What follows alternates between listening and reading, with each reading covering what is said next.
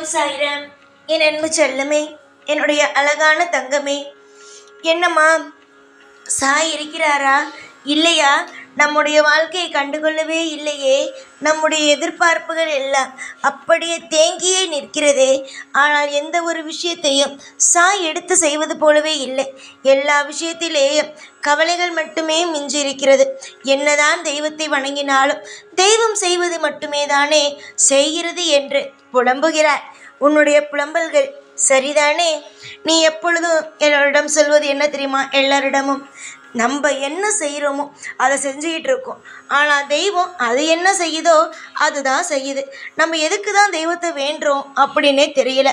தெய்வம் ஆனது நமக்கு பிடிச்சதை செய்யும் அப்படின்னு பார்த்தா பிடிக்காத விஷயங்களாகவே செஞ்சுக்கிட்டு இருக்கு என்பதை தான் நீ எல்லோரிடமும் புலம்பி புலம்பி புலம்பி சொல்லிக்கொண்டே இருப்பாய். நானும் உனக்கு அப்பப்போ வந்து சொல்வேன், உனக்கு ஆசைப்பட்டு ஒரு விஷயம் கிடைக்கவில்லையா? ஆனால் அதை நினைத்து நீ கவலைப்படாதே. அதை விட பிரம்மாண்டமாக கிடைக்கும். இல்லை என்றால் சிறிது காலம் கிடைத்து அதுவும் உனக்கு கிடைக்கும். ஆனால் உன்னுடைய வாழ்க்கையில் எல்லா விஷயத்திலேயும் நீ பார்த்திருக்கிறாயா? உனக்கு எல்லாமே தாமதமாக கிடைக்கும். ஆனால் நீ கேட்டது உனக்கு கிடைக்கும். இது உன்னுடைய வாழ்க்கையில் நிறைய இடத்தில் நீ பார்த்திருக்கலாம். நிறைய விஷயங்கள் ஆசைப்படுவாய், ஆனால் அது உடனே கிடைக்காது. ஆனால் உனக்கு எப்படியோ அது ஏதோ ஒரு நேரத்தில் உன்னுடைய வாழ்க்கையில் வந்து கையில் வந்து சேர்ந்துவிடும். அதுதான் உன்னுடைய ராசி, அதாவது உன்னுடைய விஷயமே அதுதான். எதுவுமே கிடைக்காது, எதுவுமே நடக்காது என்பது உன்னுடைய வாழ்க்கையில் இருக்காது. பொறுமையாக கிடைக்கும், அது நிலையானதாக கிடைக்கும். அதுதான் உன்னுடைய வாழ்க்கையே. சரி தங்கமே, உன்னுடைய வாழ்க்கையில் ஆசைப்பட்டது கிடைக்கவில்லை என்று நீ பதட்டப்படுகிறாய். ஆசைப்பட்டது எதுவுமே நடக்கவில்லையே என்று நீ பயப்படுகிறாய். ஆனால் நான் தான் உனக்கு ஏற்கனவே சொன்னது போல, ஆசைப்பட்டது எதுவும் கிடைக்காமல் அல்ல. ஆசைப்பட்டது அனைத்தும் உனக்கு கிடைக்கும். எப்பொழுது கிடைக்கும்? சீக்கிரமாகவே. ஏன், இன்னும் ஒரு 2-3 நாள்ல கிடைக்கும். இல்லைன்னா ஒரு 2 மணி நேரத்துக்குள்ள கிடைக்கும். இல்லைன்னா உடனே கூட கிடைக்கும். அந்த நேரத்தின் காலத்தை சொல்ல முடியாது. ஏன்னா அது தெய்வ ரகசியம். ஆனா உனக்கு மட்டும் நான் எப்படி சொன்ன மாதிரி இனிமே காலம் எல்லாம் கடத்த போவது கிடையாது. உடனுக்குடனே எல்லாமே நடக்கும். உடனுக்குடனே உன் வாழ்க்கையில ஒவ்வொரு விஷயங்களும் நடக்க ஆரம்பிக்கும். மனதில் எப்பொழுதும் தைரியத்தை வைத்துக் கொள்ளுங்கள். எந்த ஒரு நேரத்திலேயும் கோழையாக மட்டும் இருந்து விடாதீர்கள்.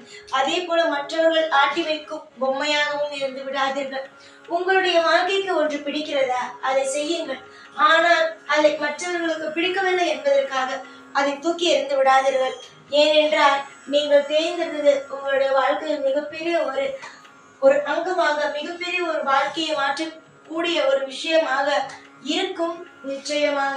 அதனால்தான் நான் சொல்கிறேன், மற்றவர்களுக்கு பிடிக்கவில்லை நான் செய்யும் விஷயம், அதனால் நான் விடுகிறேன் என்று ஒரு பொழுதும் எந்த ஒரு விஷயத்தையும் மற்றவர்களுக்காக விட்டு கடைசி நேரத்தில் நின்று அழாதீர்கள்.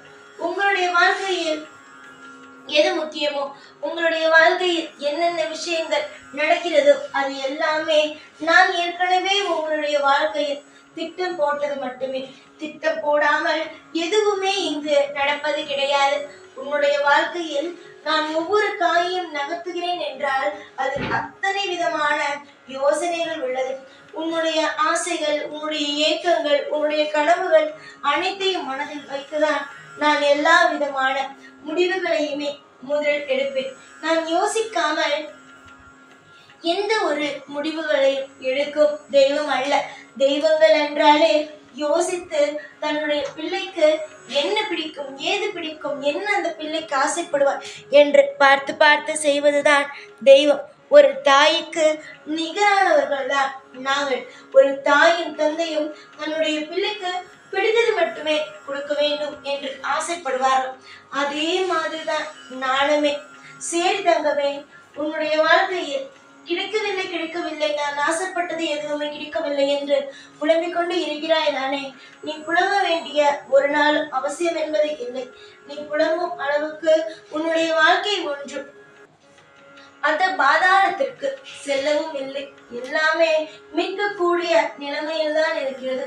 கண்டிப்பாக உன்னுடைய வாழ்க்கையில் கூடிய சீக்கிரமாகவே எல்லா விதத்தையும் எல்லா விதமான கஷ்டத்திலிருந்து உன்னை மீட்டு உன்னை நல்லதொரு வாழ்க்கைக்கு கொண்டு வந்து விடுவேன். யார் என்ன சொன்னாலும் சரி, நான் ஏற்கனவே சொன்னது மாதிரி உன்னுடைய மனதில் ஒரு ஆசை வைத்தாய் என்றால் அது உனக்கு அதனால் நிறைய விஷயம் நல்லது நடக்கும் என்றால் கண்டிப்பாக அதை யாருக்காக விடாது, உன் குடும்பத்திற்காகவும் விடாது. எப்பொழுது நீ உனக்காக வாழப்போகிறாய்? உன்னுடைய வாழ்க்கையை நீதான் கடைசி வரைக்கும் இருந்து வாழப்போகிறாய், மற்றவர்கள் அல்ல. மற்றவர்கள் என்று உன்னுடைய வாழ்க்கையில் இருப்பார்கள், அதுவே காலம் முழுக்க உன்னுடைய வாழ்க்கையில் இருப்பார்களா? கண்டிப்பாக கிடையாது. அதனால் உன்னுடைய வாழ்க்கையில் நீ இருக்க போகிறாய்.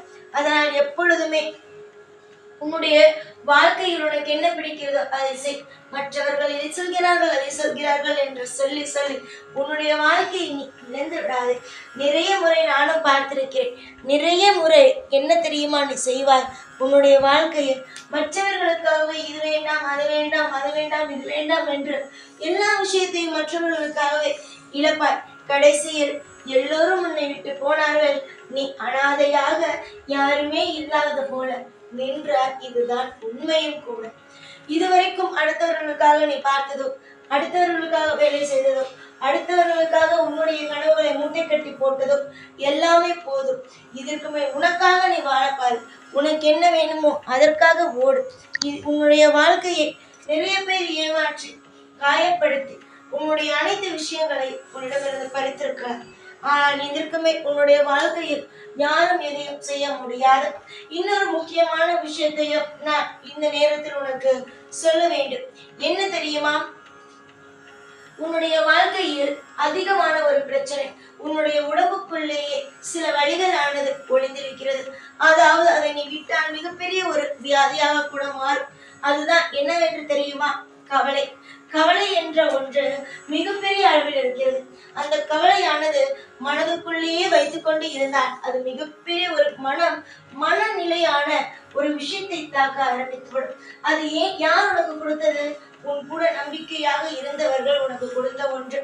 எப்ப பார்த்தாலும் உன்னுடைய வாழ்க்கையில் எல்லா விஷயத்திலேயும் துரோகம் செய்தவர்கள் கொடுத்த ஒரு மிகப்பெரிய ஒரு வழிதான் இப்பொழுது உன்னுடைய வாழ்க்கையில் இருந்து கொண்டு இருக்கிறது. நானும் உனக்கு அடிக்கடி சொல்வேன், யார் என்ன சொன்னாலும் சரிதான், அதை மனதுக்குள் போடாது. யாராவது உனக்கு நன்றாக எதையுமே சொல்ல மாட்டார்கள், வெளியே எந்த ஒரு விஷயமாக இருந்தால் நண்பன் போல இருப்பார்கள் என்று நினைத்தால் அவரிடம் சொல், இல்லையா தெய்வத்திடம் சொல் என்று.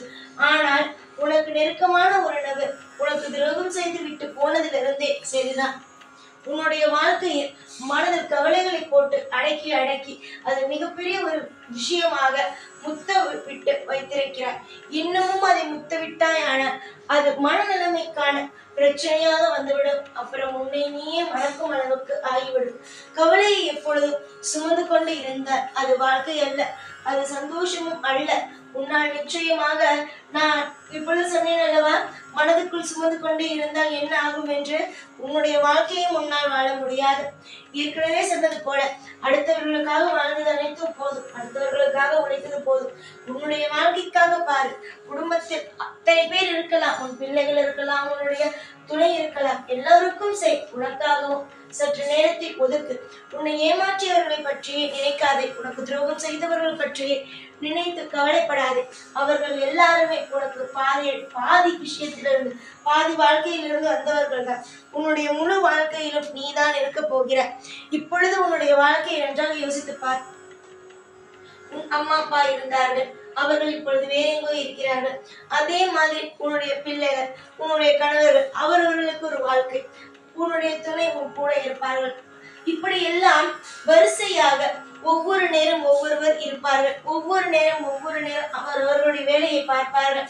அதனால் கடைசி வரைக்கும் உன்னோடு நீ மட்டுமே இருக்க போகிறாய். எல்லோரும் அவரவர்கள் வேலையை பார்க்கும் பொழுது நீ மட்டும் எதற்காக உன்னுடைய கனவுகளை போட்டு முட்டை கட்ட வேண்டும்? அடுத்தவரிடம் ஏமாந்து அதனால் மனதளவில் நொந்து போய் மனதை விட வேண்டும். சொல் பார்க்கலாம். உன்னுடைய மனதை விட்டால் அடுத்தது என்ன ஆகும் என்பது தெரியுமா? அது நோயாக மாறும். அந்த நோயானது உன்னையும் மறக்க செய்யும், உன் குடும்பத்தையும் மறக்க செய்யும். இதெல்லாம் வாழ்க்கையில் தேவையான விஷயத்தை மட்டுமே யோசியுங்கள். விட்டு போனவனோ துரோகம் செய்தவனோ காலம் முழுக்க உங்களுடைய வாழ்க்கையில் தேவையில்லாத விஷயத்தை செய்தவனையும் எப்பொழுதும் நினைத்து பார்க்காதீர்கள். நிறைய நல்ல விஷயங்கள் நடக்கும். உங்களுடைய வாழ்க்கையில் நீங்கள் தேடும் ஒவ்வொன்றும் கூடிய விரைவில் நடக்கும். எப்பொழுதும் எல்லா நாளும் உங்களுக்காகவே கூடவே இருந்து வாழ வைப்பேன். ஓம் சாய்ராம்.